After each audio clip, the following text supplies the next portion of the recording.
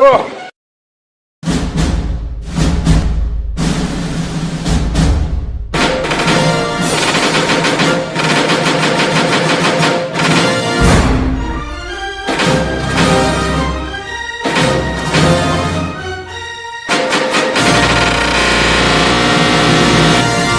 A few moments later. Assalamualaikum warahmatullahi wabarakatuh. Selamat pagi, siang, sore, ataupun malam. Perkenalkan, nama saya Dio Saputra atau bisa dipanggil Deo. Saya dari kelas 12 IPA 1, asal sekolah SMA Negeri 1 Buai Madang Timur, alamat Tambak Boyo, dan guru pembimbing Bapak Fadil. Di sini saya akan menjelaskan materi tentang inti atom dan itet nuklir. Untuk penjelasan lebih lanjut, simak video berikut. Adapun kompetensi dasar yang dicapai pada pembelajaran hari ini adalah menganalisis karakteristik inti atom, radioaktivitas, pemanfaatan, dampak dan proteksinya dalam kehidupan sehari-hari. Kemudian 4.7 menyajikan laporan tentang sumber radioaktif, radioaktivitas, pemanfaatan, dampak dan proteksinya bagi kehidupan. Dengan peta konsep materi, yang pertama kita akan belajar karakteristik inti atom, kemudian konsep dari radioaktivitas, dan yang terakhir adalah aplikasi itet nuklir dan proteksi radiasi. Kita langsung masuk ke materi pertama pada pertemuan malam ini. Kita mempelajari tentang karakteristik inti atom. Perhatikan gambar berikut. Berdasarkan teori Bohr, sebuah atom tersusun atas kulit dan inti atom. Sebagian besar massa atom terpusat di inti atom dengan partikel penyusunnya adalah proton dan neutron. Perhatikan gambar bagian tengah, disebut dengan inti atom. Penyusunnya adalah proton dan neutron, sementara bagian yang mengelilinginya ini disebut dengan kulit atom, isinya adalah elektron. Proton merupakan partikel bermuatan positif dengan muatan 1,6 kali 10 pangkat min 19 coulomb dan masanya 1,67 kali 10 pangkat min 27 kg. Neutron merupakan partikel tidak bermuatan dan bermasa 1,67 kali 10 pangkat min 27 kg. Di luar inti atom terdapat kulit yang terdiri atas elektron. Elektron bermuatan negatif dengan 1,6 kali 10 pangkat min 19 coulomb dan bermasa 9,1 kali 10 pangkat min 31 kg. Di inti, proton dan neutron bermuatan positif. Di kulit menghasilkan elektron bermuatan negatif dan bisa berpindah kulit ke kulit adalah elektron. Simbol unsur. Dalam tabel periodik atom, suatu unsur-unsur secara umum dilambangkan dengan boleh di sebelah kiri atau boleh di sebelah kanan dengan keterangan bahwa X adalah nama unsur atomnya dan Z adalah nomor atom atau dikatakan sebagai jumlah proton. Kalau atomnya netral, maka Z ini juga disebut jumlah dengan dari elektron, dan A adalah nomor massa. Sementara N adalah jumlah neutron, di mana dengan menghitungnya mengurangi A dengan Z. Simbol unsur. Dalam tabel periodik atom, suatu unsur secara umum dilambangkan dengan boleh seperti yang di sebelah kiri atau seperti yang di sebelah kanan dengan keterangan bahwa X adalah nama unsur atomnya, Z adalah nomor atom atau bisa dikatakan sebagai jumlah dari proton. Kalau atomnya netral, maka Z ini juga disebut dengan jumlah dari elektron dan A adalah nomor massa.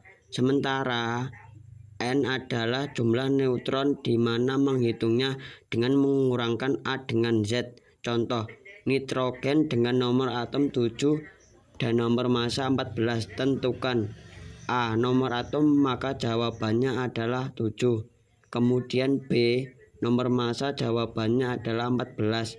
Dan C jumlah proton. Ingat bahwa jumlah proton adalah nomor atom, jadi jawabannya 7. jumlah elektronnya juga 7.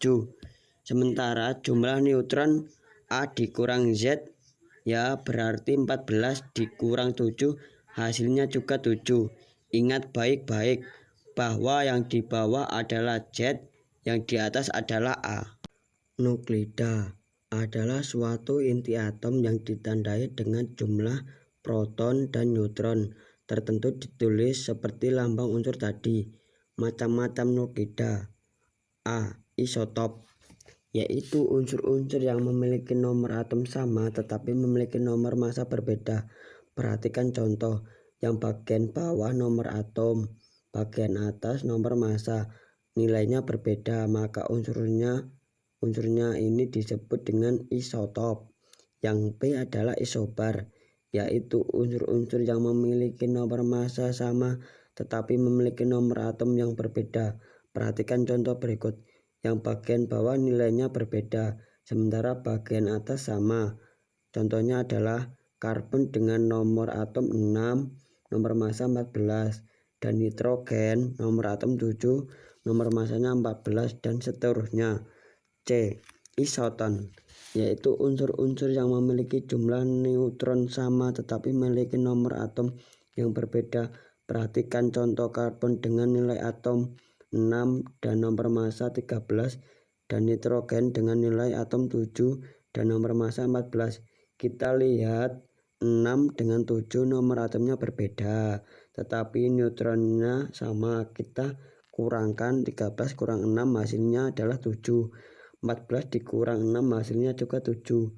Sehingga dikatakan neutronnya sama tetapi nomor atomnya berbeda, itu disebut isoton. Energi ikat inti, massa total inti atom ternyata lebih kecil daripada massa partikel penyusunnya. Hal ini menunjukkan bahwa pada pembentukan inti ada sejumlah massa proton dan neutron yang hilang. Massa yang hilang adalah defek massa, berubah menjadi energi yang mengikat proton dan neutron menjadi inti atom. Energi ini disebut energi ikat inti. Defek massa disimbolkan dengan delta M. Dirumuskan delta M sama dengan Z dikali massa proton ditambah neutron dikali massa neutron dikurang dengan massa inti. Nah, kalian harus ingat nanti sebuah inti itu dimisalkan X, A, Z. Z adalah miliknya proton, maka dirumus Z dikali massa proton, dan neutron adalah A dikurang Z, sehingga rumus ini bisa langsung kita ubah dengan A dikurang Z dikali dengan massa neutron, kemudian dikurang dengan massa inti.